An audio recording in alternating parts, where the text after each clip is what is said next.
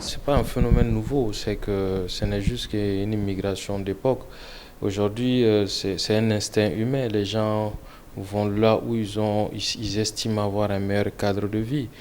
Le numérique aujourd'hui comme on le dit, c'est une nouvelle civilisation. Donc, euh, tout subit une transformation, nos vies sociétales, l'industrie. Voilà, donc la demande est assez énorme.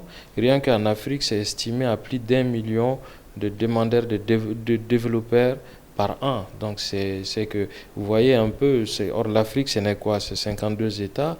On n'est pas les plus nombreux par rapport à la Chine, par rapport à l'Amérique du Nord. Donc, c'est tout à fait, en fait, un événement normal. Mais pour cela, c'est à nous, en Afrique, en particulier que ce soit le Maghreb ou l'Afrique de l'Ouest, d'avoir des politiques pour maintenir le capital humain. Et ça demande des efforts, ça demande une vision politique, ça demande aussi une implication forte des entreprises par rapport à l'amélioration de vie des travailleurs. Je ne défends pas forcément les travailleurs, mais je dis que ce n'est qu'un instant. C'est-à-dire que là où l'homme se sent mieux, il part là-bas.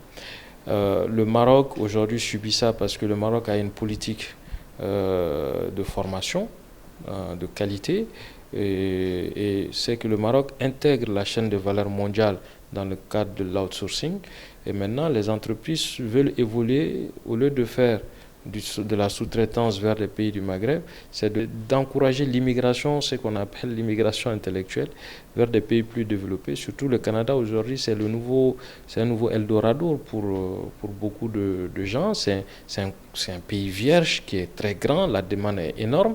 Et il n'y a pas que le Canada, il y a l'Europe. Mais maintenant, le même phénomène, on le sent de l'Afrique noire, en particulier l'Afrique de l'Ouest, vers le Maghreb aussi. Parce qu'ils n'ont pas d'autre choix que de se rabattre en fait vers des pays comme nous. Donc nous sommes restés observateurs de ce phénomène. Comment conserver, garder nos ressources humaines dans nos différents espaces? Ça passe par une vision, une politique, et un encouragement, des challenges.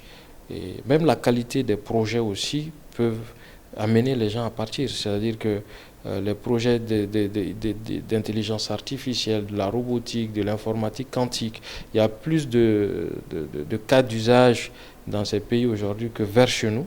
Et tout ça, ça incite un scientifique, un développeur à aller vers une destination où il pense avoir un épanouissement intellectuel.